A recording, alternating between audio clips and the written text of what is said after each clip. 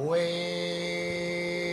días, buenas tardes, buenas noches, donde quiera que usted se encuentre, porque estamos en Estados Unidos, Europa, estamos globalizados totalmente. Que la gloria sea de Dios una vez más. Para mí es un privilegio, es una linda oportunidad que Dios me da de compartir la santa palabra de Dios con ustedes en un estudio más de su santa palabra. Así que ponle me gusta, comparte estos pensamientos, estos estudios bíblicos, históricos. Estoy haciendo una serie de estudios históricos de la Biblia. Más adelante vamos a entrar con textos difíciles de la Biblia. Textos difíciles. Textos que han sido muy contradictorios a través de los siglos por los siglos. Así que le pido al Dios Todopoderoso que me ayude y también a ustedes que me apoyen con, con compartiendo el mensaje y dándole me gusta, porque así muchas personas ven más el video y apoyan más la obra que estamos haciendo. Así que vamos a orar para entrar en materia. Oremos. Padre que habitas entre seres santos, te damos la honra y la gloria por los siglos de los siglos. Gracias, mi Dios, por darnos la oportunidad de estudiar tu palabra en comunidad. Mira a las personas que están escuchando y van a ver este video, ya sea ahora o después. Yo te pido, Dios, que tú puedas bendecir sus vidas, que tú puedas bendecir su corazón, y aquellos que no se han entregado a ti, que puedan hacerlo lo más pronto posible. Gracias, Padre, por escucharnos, porque grande es tu misericordia. En el nombre de Jesús. Amén y amén. Vamos aquí a subir esto y vamos a lo que fue nuestro título. ¿Es la Biblia históricamente confiable? En el año 1947 se hizo un descubrimiento que resultó ser el más importante del siglo XX. La historia comenzó en febrero o en marzo del 1947, cuando un muchacho beduino, Mohamed, pastor de cabras, estaba buscando una cabra perdida. Lanzó una piedra dentro de un hueco en una barranca en la ladera oeste del Mar Muerto, a unos 12 kilómetros al sur de Jericó. Para su sorpresa, escuchó el sonido de cacharros que se rompían. Al investigar, descubrió una escena asombrosa. En el piso de la cueva habían varios jarrones, y algunos de ellos contenían rollo de cuero forrado con tela de lino. Como los jarrones estaban cuidadosamente sellados, los rollos se habían preservado en excelente condición por cerca de 19 siglos. Evidentemente habían sido colocados allí antes de la caída de Jerusalén en el año 70. El valor de los rollos del Mar Muerto. Hasta el descubrimiento de los rollos de Qumran, que datan del siglo III a.C. al siglo I después de Cristo, los manuscritos bíblicos del Antiguo Testamento más antiguos en existencia eran un fragmento de Deuteronomio capítulo 6 versículo 4, que se llamó el Papiro Nax, que databa del siglo I después de Cristo, y los textos masoréticos de los siglos IV y V. El manuscrito hebreo del Antiguo Testamento completo más antiguo en existencia es el Códice de Leningrado. Procede de la primera década del siglo XI después de Cristo. Por tanto, la gran importancia de los rollos del Mar Muerto yacen en el hecho de que dichos rollos datan de apenas 2 siglos después que se completara el último libro del Antiguo Testamento. Gracias a estos rollos tenemos ahora un manuscrito completo del texto hebreo de Isaías y fragmentos de la mayoría de los otros libros bíblicos, los cuales son más de 1000 años anteriores del manuscrito más antiguo disponible hasta entonces.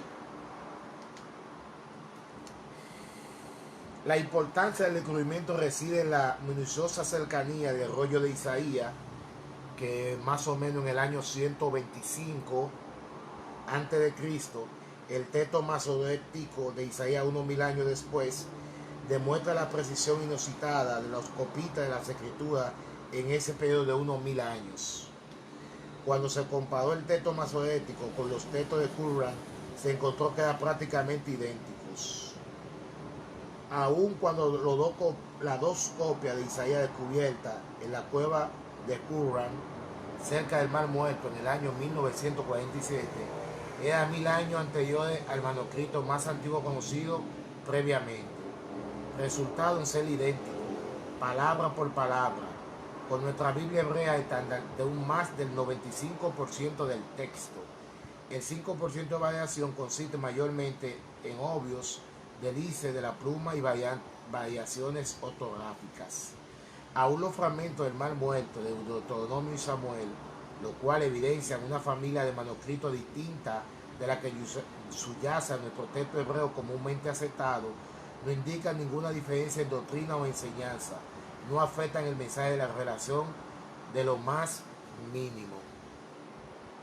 Así como podemos saber que nuestro texto actual del Antiguo Testamento, basado en el texto masorético, es prácticamente idéntico al texto que se usaba en día de Jesús, por tanto no hay razón para dudar de que lo que escribieron los autores en AT es en esencia idéntico a lo que tenemos en nuestra Biblia hoy. Ningún otro documento de la antigüedad comparable al Antiguo Testamento ha sido transmitido con tanta precisión, principalmente porque los escribas judíos y masoretas trataban la palabra de Dios con la mayor reverencia imaginable.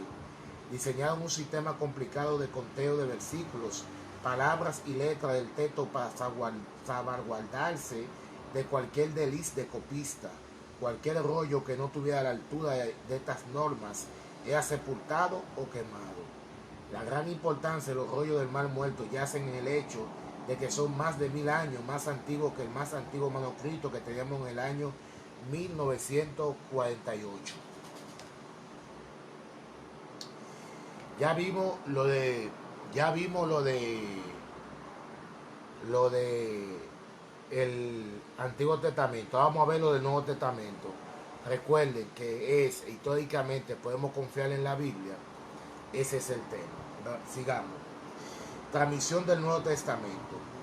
Todos los libros del Nuevo Testamento fueron escritos en la segunda mitad del siglo I después de Cristo. Gálatas y las dos epístolas a los tesalonicenses alrededor del año 50 y el Evangelio de Juan y el Apocalipsis alrededor del año 90 al 100. Como el caso de AT, los autógrafos del NT se han perdido. Sin embargo, como los libros de NT estaban entre los libros copiados y puestos en circulación más asiduamente en la antigüedad, tenemos más de 5000 manuscritos griegos conocidos del Nuevo Testamento. Ningún otro libro de la antigüedad ni siquiera comienza a aproximarse a tan grande número de manuscritos existentes.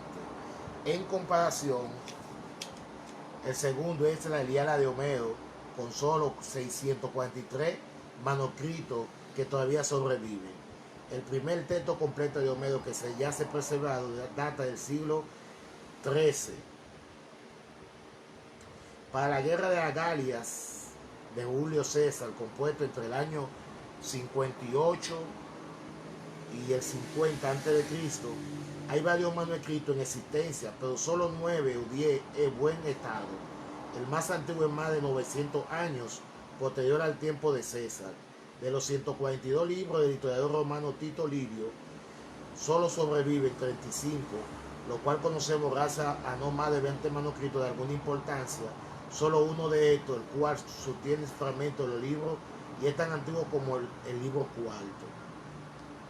Bien, en los manuscritos del Nuevo Testamento. El más antiguo manuscrito del Nuevo Testamento, entre los 5000 conocidos, es un pequeño fragmento de papiro llamado P52, de alrededor del año 130 después de Cristo, el cual contiene parte del Evangelio de Juan.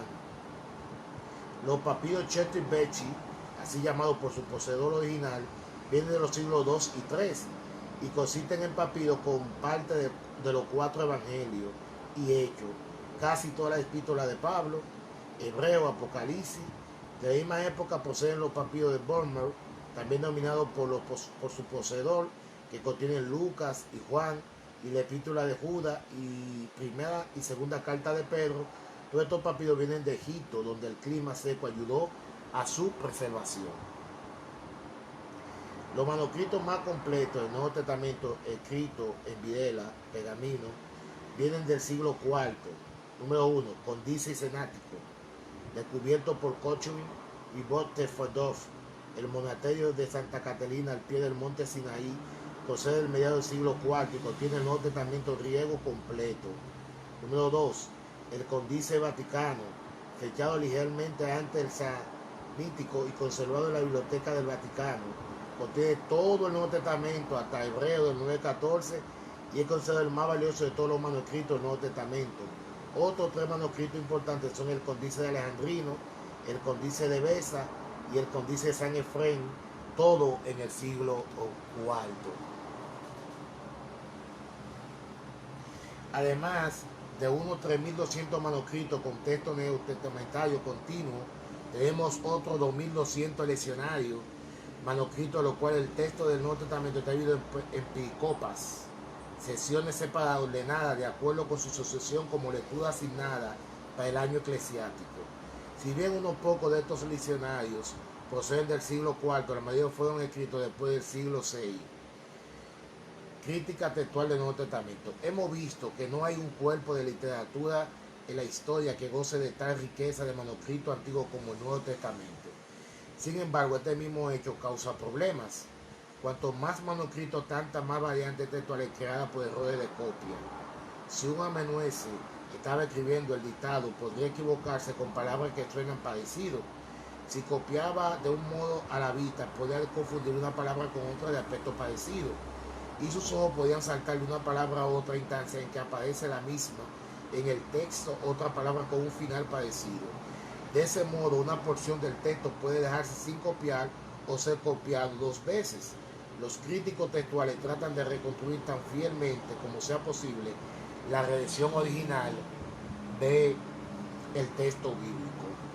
Frederick Kenyon, un erudito en clásicos, declaró: el fin de cuentas es tranquilizador encontrar que el resultado general de todo esto, el descubrimiento, es fortalecer la prueba de la autenticidad de las escrituras y nuestra convicción de que lo que tenemos en mano es como integridad sustancial, la misma palabra de Dios. También deberíamos señalar que a pesar de la mucha variante en los manuscritos, ninguna de ellas afecta en algún punto de la fe o punto cristiano. Evidencia de la arqueología.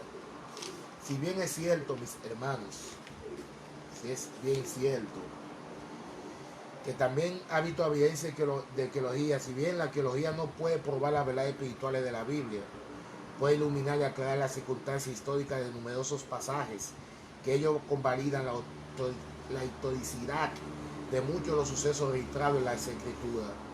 Entre los descubrimientos más importantes de la arqueología que apoyan la confiabilidad histórica de las Escrituras se encuentra la siguiente. Número 1. Estela de Hammurabi, 1700 a.C. Fue encontrada por arqueólogos franceses al final de 1901 y al principio de 1902 en Susa, que es la ciudad que menciona Daniel capítulo 8, versículo 2. Es decir, lo que se descubrió como una ciudad de Susa, la Biblia ya lo menciona en Daniel capítulo 8, versículo 2. Ha recibido el Louvre del país, contiene unas 280 leyes, muchas de las cuales son llamativamente similares a las de Moisés.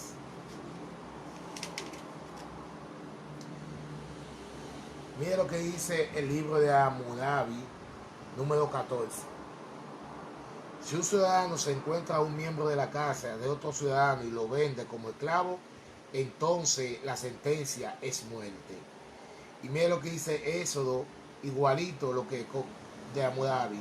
Éxodo 21:16 dice: el que se encuentre a otro y lo venda, o el ser descubierto lo tenga aún en su poder, será condenado a muerte.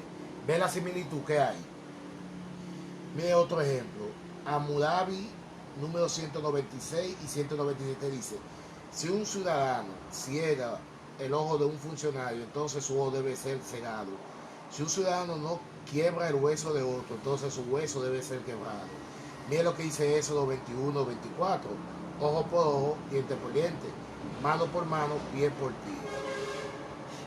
El descubrimiento de la estela de Hammurabi y de otros antiguos códigos penales descartó la antigua idea crítica de que la ley del Pentateuco no podría haber venido del tiempo de Moisés. Otro más, estela de Monetat, fue hallada por Sir Francis Petrie en el templo mortuario de Tebas, publicadas en 1897. Hoy se exhibe en el Museo de Cairo. La estela celebra la victoria del faraón Meneptah sobre la fuerza rebelde en sus oposiciones del Medio Oriente. Contiene la referencia más antigua al pueblo de Israel en el mundo de la antigüedad. Número 3. La piedra moabita. Se exhibe en Lowe en 1868. Un jeque árabe de Diván mostró al misionero alemán Kate Klein una placa de piedra con inscripciones que tenían 115 metros de alto, 60 de ancho y 25 de espesor. Funcionarios alemanes y franceses mostraron interés en esa piedra. Un orientalista francés, Charles Clément Guénot, pudo tener un calco, o sea, una impresión facsimilar en papel, lo cual fue afortunado porque los árabes, al darse cuenta de que tenían algo valioso en 3 manos, los partieron en pedazos. Los fragmentos fueron llevados para bendecir su grano y no todo había sido recuperado, pero la inscripción ha sido restaurada. Cuenta la historia del rey moabita Mesa contra el rey de Israel y suplementa el informe de las relaciones de Israel con Moab, registrado en el segundo libro de Reyes, capítulo 3. Piedra moabita. Mire lo que dice los documentos que he encontrado.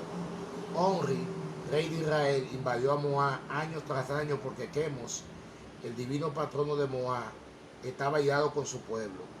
Cuando el hijo de Onri le sucedió durante mi reinado, se jactó diciendo: yo también invadiré a Moab, pero yo derrotaré al hijo de Onri y impulsé a Israel de nuestra tierra para siempre.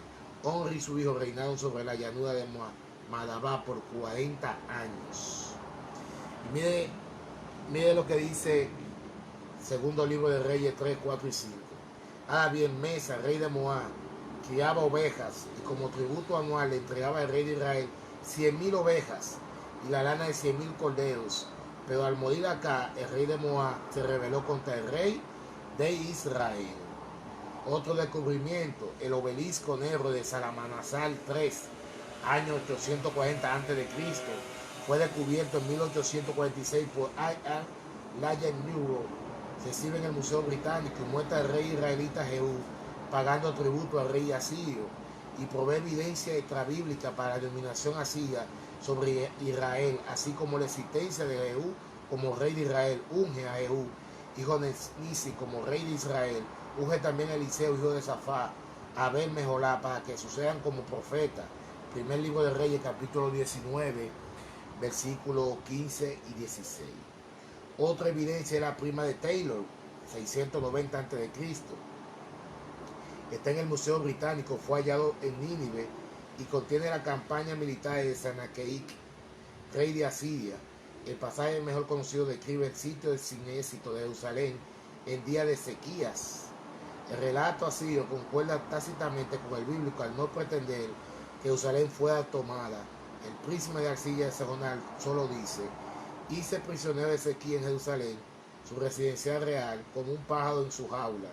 De acuerdo a Segunda de Reyes, capítulo 19, versículo 35, Sennacherib no pudo capturar a Jerusalén porque el ángel del Señor salió y mató a 185,000 hombres del campamento asirio. Así que Sennacherib, rey de Asiria, levantó el campamento y se retiró y volvió a Nínive, donde permaneció allí. Otra muestra arqueológica está la estela de Tel Dan. Tebasaco Negro fue elegida por un rey arameo en el extremo norte de Israel y contiene una inscripción en arameo conmemorando su victoria sobre los antiguos israelitas. Solo sobrevive parte de la inscripción, pero es claramente legible la frase Casa de David, que está en 1 Samuel capítulo 20, versículo 16. En la inscripción también aparece Joram, hijo de Acá. Esta es la más antigua aparición del nombre de David en un sitio arqueológico, como la piedra moabita, la estela de Tandán, parecen típicas de un memorial elegido como propaganda militar para jactarse de la victoria de Hazael o alguno de sus descendientes. Otra, la Crónica Babilónica, siglo IV a.C. Son tablillas de arcilla que presentan un informe conciso de los principales sucesos internos de la Babilonia. Describe la caída de Nínive en el año 612. Eso está en Sofonía, capítulo 2, versículos 13 y 15. La batalla de Carquismí, el surgimiento de Judá en el año 605. La captura de Jerusalén en el 597 a.C. La caída de Babilonia ante los persas en el año 539. Y en relación con la caída de Babilonia, la crónica menciona a Besasar, que está en Daniel capítulo 5, versículo 1, con gente con su padre Nabodío, el último rey de Babilonia. Inscripción acerca de Poncio Pilato. Fue hallada en el 1961 en el teatro de Cesarea Marítima, la ciudad de la residencia de Pilato, en Palestina. Entre las pocas líneas que todavía son elegibles está la frase Poncio Pilato, prefecto de Judea. Esta inscripción es la primera evidencia arqueológica de la existencia de Pilato, ante quien Jesús fue juzgado y condenado a muerte, según Mateo, capítulo 27, versículo 11 al 26. Inscripciones sobre Politarcas. Ciertos críticos del Nuevo Testamento pretendían que Lucas se equivocó al llamar Politarcas a los principales reyes magistrados de Tesalónica, que está en Hechos capítulo 17, versículo 6, que no se hallaba en la literatura clásica en existencia. En última mitad del siglo XIX se encontraron algunas inscripciones que usan este término en ciudades de Macedonia, incluyendo Tesalónica. Aparte de estos hallazgos de primer orden y unos poco más, ha habido una gran cantidad de hallazgos menores, anillos, sellos, los cuales confirman la confiabilidad histórica de la Biblia. William Avery, quizá el más importante arqueólogo del siglo XX, cuya posición en la década de 1920 era radicalismo extremo, llegó a apreciar el valor histórico de las escrituras y en 1956 escribió: no puede haber duda de que la arqueología ha confirmado la historicidad sustancial de la tradición del Antiguo Testamento, y el mismo puede decirse del Nuevo Testamento. Con respecto a Lucas, el historiador entre los autores F. Brewer escribió: nuestro respeto por la confiabilidad histórica de Lucas continúa aumentando a medida que nuestro conocimiento de este campo de estudioso se profundiza. Ahora, evidencia de la profecía. El propósito de la profecía no es satisfacer la curiosidad humana sobre el futuro, sino revelar aspectos importantes de la naturaleza de Dios, su presencia, su control sobre todas las naciones y sus planes para el pueblo de Dios. Además, las profecías cumplidas son una importante evidencia de la inspiración y confiabilidad general de la palabra de Dios. Las dos profecías cuya explicación siguen a continuación son representativas de las muchas profecías que se hallan tanto en el Antiguo como en el Nuevo Testamento. Vamos a analizar dos profecías para concluir. Daniel 2. El libro de Daniel fue escrito en el año 5 a.C., pero sus profecías aportan evidencia en apoyo a que la historia está bajo el control divino. Daniel interpreta la imagen del capítulo 2 como 4 imperios mundiales sucesivos, comenzando con Babilonia como el primero de estos imperios, en el capítulo 2, versículo 38. Los 4 imperios habrían de ser sucedidos por muchos reinos o naciones de menor extensión, simbolizando por los 10 dedos de los pies. Estas naciones habrían de continuar hasta que el reino de Dios, simbolizado por la raza cortada no con mano, hiciese añico esa imagen y establecer el reino en la tierra. Esta profecía halló un cumplimiento extraordinario en la historia. A Babilonia le sucedieron otros 3 imperios mundiales: Medo, Persia, Grecia y Roma. Roma fue dividida en muchos reinos menores, naciones que todavía existen en Europa y alrededor del Mediterráneo. La única parte todavía no cumplida es la llegada del reino de Dios. Miqueas capítulo 5, versículo 2. De acuerdo a esta profecía, el Mesías había de nacer en Belén. Los evangelios nos dicen que aunque los padres de Jesús vivían en Nazaret, José y María tuvieron que viajar a Belén por un censo en el Imperio Romano. Belén era la ciudad central de José, donde nació Jesús, según Lucas capítulo 2, versículos 4 al 7. Si bien la Biblia sea auténtica a sí misma, o sea que los mismos libros de la Biblia testifican de la verdad inspirada por Dios, La evidencia de los manuscritos y la evidencia arqueológica y profética confirman la confiabilidad de la Biblia. Los rollos del Mar Muerto y otros hallazgos de manuscritos han demostrado la confiabilidad del texto de la Biblia, y los muchos descubrimientos arqueológicos apoyan la confiabilidad histórica de las Escrituras. Sin embargo, si bien la arqueología no puede probar que la Biblia es verdad, confirma el marco histórico de la Biblia. Lo que nos ofrece la arqueología es el entorno cada vez más amplio en medio del cual podemos ver la Biblia y su mundo. El lienzo del cuadro es ahora más grande y el contexto más amplio. En fin, el cumplimiento de la profecía bíblica confirma en el aspecto de la Biblia de que la profecía no ha tenido su origen en voluntad humana, sino que los profetas hablaron por parte de Dios, siendo impulsados por el Espíritu de Dios. Qué bueno, hermano. ¿Podemos confiar en la Biblia, sí o no? Claro que sí, podemos. Padre querido, gracias por la tanta evidencia que tú nos has dado para confiar en tu palabra. En el nombre de Jesús. Amén.